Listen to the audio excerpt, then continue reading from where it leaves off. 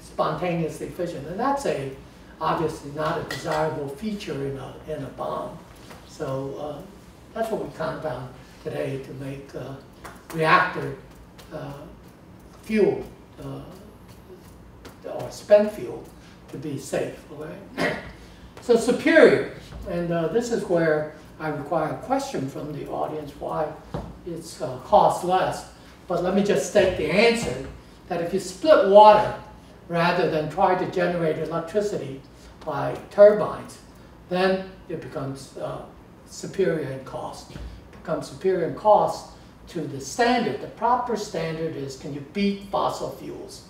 You know, it's kind of beside the point whether you can beat other green energies, which you can if you can beat fossil fuels. But the real thing that you're competing against is to convince people not to use fossil fuels because it's economically disadvantageous. And the basic idea is that if you split water, you have hydrogen and oxygen. The hydrogen you can combine with carbon, biocarbon, from our other technology, which I haven't talked about here, but talked about before, which we call supertorrefaction. You have carbon and hydrogen. Historically, there have been ways to make hydrocarbons, all right? It's just that they've been too expensive in the past because the hydrogen is expensive. But if you can make hydrogen cheap, then those methods become competitive with fossil fuels. So you have empirical proof that that's so, because you know what the cost is today. So the other advantage is if you make an artificial or syn fuel kind of thing, you can piggyback on the fossil fuel infrastructure that's been built up for the fossil fuel industry. That's a non-trivial amount of money. The estimate is roughly $90 trillion. So when people, you know, protest against fossil fuels, you're asking somebody, some country, some company, some government to give up $90 trillion worth of investment over a century. That's not going to be easy. But if you can piggyback on that structure, say, look, you can continue to use it, just don't burn fossil fuels, or don't make clothing out of polyester that's made from fossil fuels. Then you can maintain that same structure, it's something they're used to, and convince them to come on board with this plan. The oxygen you can use, as I said, to burn the part that's coal replacement. If you sequester that carbon dioxide, that's only a 10% additive cost. And then positive energy also becomes negative emission. That's a game changer. Right now, you know, we're talking about using less. Countries that are underdeveloped says that's not fair. You're the guys that put up all that carbon dioxide. You want us to use less. How can we use less? We have all these people that need electricity. Well, here's a case where using more actually makes the environment better. Okay, and as I said, there's potential if you do this in a serious way to actually reduce the atmospheric carbon dioxide to what is considered a safe level, 350 parts per million. Well, roughly the climate that we had in 1988, which, if you're old enough to remember then, we didn't talk about all these things that we talk about today. If you want less, just go into the next century. Okay, the worst case nuclear accident, what is it? Well, with today's reactors, it's solid fuel elements. They melt down, the fission products become mobile, either in liquid or in gaseous form, and that's very easy to escape because they can move. And they weren't designed to be in that state. Here you have liquid fuel elements, so what you're afraid of is freeze up, all right? If you freeze up, by definition, things become immobile, all right, and it's confined to the plant. So the worst thing that can happen, as we argue, is that you destroy the plant, all right? But it never gets out into the environment. We will never have the case of Fukushima or Chernobyl. So here's the part that I need you guys' help, all right? So what's the difficulty in building this reactor? It's political. It's geopolitical. People have been so conditioned to be afraid of radioactivity that even though you say, look, it's impossible for this reactor to have that kind of accident. There's still many existing barriers. So how do you tear down those barriers? Well, this is why I actually want patents, because I don't want somebody else to have the patent and then hide things from other people because they're afraid of competition. I'm not afraid of competition. I want everybody to use this who can. Okay? So I want to control this. And so we want to have transparency to open up the understanding of these reactors. So as I said, even school children can sort of know the basics of what's going on. Want to see detail? We'll give you the detail. Here's where astronomers come into play. All right? China, Russia, Japan, and the European Union has stated their intention to establish a lunar base. All right? NASA's attitude is, we've been to the moon, we've been there, done that. Okay? But I think, you know, if all these other nations go up there and stick their flags, the U.S. is better go up there. All right? I think they will. So you say, what's the thing you need to establish a lunar base? People there, you know, maybe interferometers on the backside of the moon, okay? All sorts of things we can do with astronomy. What you need is a nuclear reactor. There's no wind on the moon. And 2 weeks out of 4, there's no sun, okay? You got to get water. Well, there's water, comets have developed. You got to melt that water, you got to clean up that water. All those things need energy. There's no way that solar panels are going to do the job, all right? And NASA knows that. So it says, let's build a nuclear reactor. Well, you should have the best nuclear reactor that money can buy. That's this reactor. So that's what I would think would be NASA's contribution, a nuclear reactor. I'm not the first person to think of this. This guy, Kirk Sorensen, that I mentioned, that sort of revived this reactor, was a NASA engineer at Huntsville, NASA Huntsville.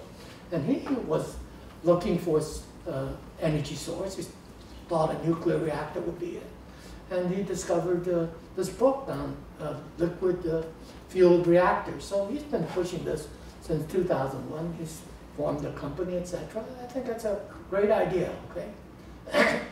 All right, the other thing that NASA has a lot of experience with is radioisotope thermoelectric generator. I talked briefly about this. They have a lot of experience with that.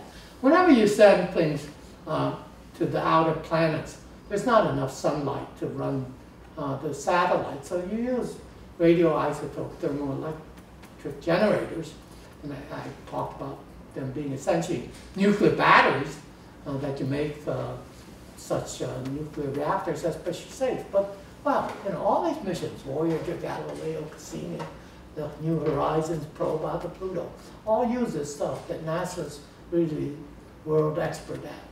There's also something that's been pointed out by another blogger, Rod Adams.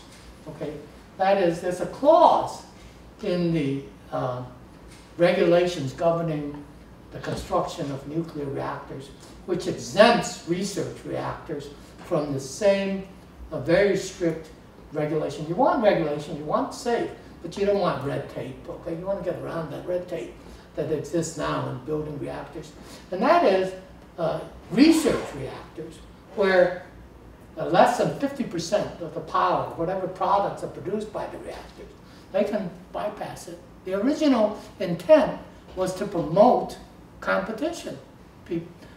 Eisenhower administration wanted people to build newer and better reactors. Of course, wherever people can start making money, their intent is just the opposite. They want to put roadblocks up, and that's what's happened, right? So we have such a bad system because people have already gotten in, they want to block other people, so you want to bypass that and really compete on the basis of what's better for the economically, environmentally, all those 4 criteria, right? So hopefully, you know, NASA can do things that other people may not. So we always talk about spin-offs from astronomy. And, you know, people say, well, computer industry, you know, microchips came out of the space program, and that's true. And so we should also point out what would be the spin-off from this application on Earth. okay, not just reactors on the moon. The spin-off is at a scale-up version can save civilization on Earth. I can't think of a better spin-off. Okay, so that's our argument, and that's what I hope is the message that if you believe this conclusion, that you would help push. Right? You would, for your own benefit, right? In order to push astronomy to new frontiers, right? You would support the development of nuclear reactors that would be used on the moon. Once you have that, you know, it's blue sky. Once we've solved the climate change problem on Earth, instead of moaning and groaning, things are going to get worse and worse, you're going to be more and more miserable. We're going to say, no, things are going to get better. We know how to make things better, and then it's blue sky. If we don't make things better, I can sort of tell you, you're probably the last generation of astronomers, because things will get so bad, we can't afford to do anything. They will sacrifice pure science. First to go will be astronomy, because we don't have immediate economic impact. Well, here's our chance to make a huge economic and social impact, okay? And we can say, well, look, we have this stuff. What are we going to do with it? Well, you can go to Mars. You won't go to Mars right away. Many people want to go to Mars, all right? Elon Musk has been quoted as he wants to die on Mars, just not on impact, okay? So we need to build good rockets to go to Mars. So what's the kind of best rocket that you can build? This is rocket science. Everybody thinks, you know, they say rocket science, that's really hard. No, rocket science is one sentence, right? Rocket engineering is hard. Rocket science is easy, all right? What's rocket science? It's just conservation of momentum. I have a rocket which has mass m. Its speed in a relative inertial frame is v. I want to increase the momentum of that rocket by throwing things in the other direction. So if I throw them at dm, which is negative, because that's a change in the piece of the rocket mass. So I throw it, it's minus dm, it's the positive quantity I'm throwing, at a certain speed. Relative to the rocket, let's call that delta v, but relative to the inertial frame, it's delta v minus the speed of the rocket. So that's rocket science, okay? Well, you can see if I differentiate this thing, I get a similar term to that one, so that cancels. And all I have is dm times v, dv times m, and then you see I just divide over the m and divide over the delta v and integrate. And the integration is that the speed of a rocket is equal to delta v, which is the speed of whatever you throw out the back of the engine, times the logarithm of the initial mass over the final mass. So the initial mass is larger than the final mass, so you get some finite speed. So it's clear from here that you would like to make delta V as large as possible, okay? So what can you do with chemical rockets? Well, with chemical rockets, you have to throw a lot of stuff out the back end. You've seen that, stages fall off, and you get maybe the escape speed of the Earth, which is 11 meters per second. 11 meters per second is not enough to take you anywhere fast in the solar system. You can't even escape the solar system, right? Okay? So, you want to really throw things out fast, you need what's called ion propulsion, all right? Or use the fission fragments themselves, okay? So chemical reactions produce about 1 eV per AMU, all right? Nuclear reaction produces about 1 million EV per AU. So if you throw out the same number of atomic mass units, you get 1,000 times more energy, 1,000 times more velocity, which is 1 million times more energy. So delta V is 1,000 times bigger if you could just throw out the fragments, okay? Now, you don't need to throw out as much, so this logarithm might only give you a factor of, let's say, 1.1 or so. Logarithm of 1.1 is roughly 0.1, so it's still 100. I could go 100 times faster if I could have a nuclear reactor that threw out the fission fragments. I wanted to throw out the fission fragments because, you know, that stuff is radioactive. I don't want it on a spaceship. Best place is out in outer space. Boom. That means instead of spending 2 years to get to Mars, you're down by a factor of 100, which is, what, 3.6 days, right? Well, of course, Elon Musk doesn't want to perish on impact, so you actually have to do it twice. You have to speed up, then you have to slow down. That's 1 week.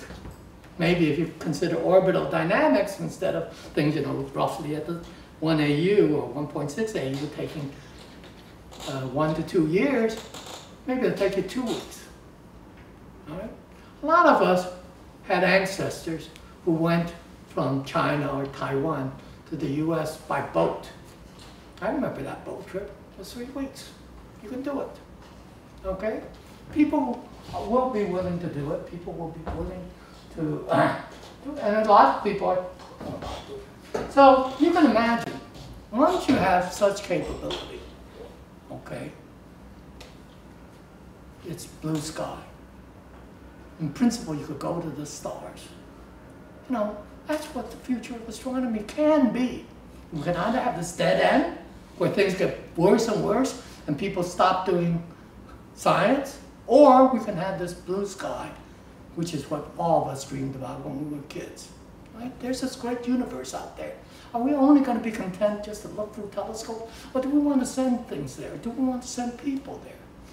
Maybe not everybody will want to go, but I'm sure there will be that adventuresome group, like there has been throughout history, that will want to go there. So, at that, I'd like to end the talk, and I hope somebody will ask me what is the S diagram. Okay, so thank you.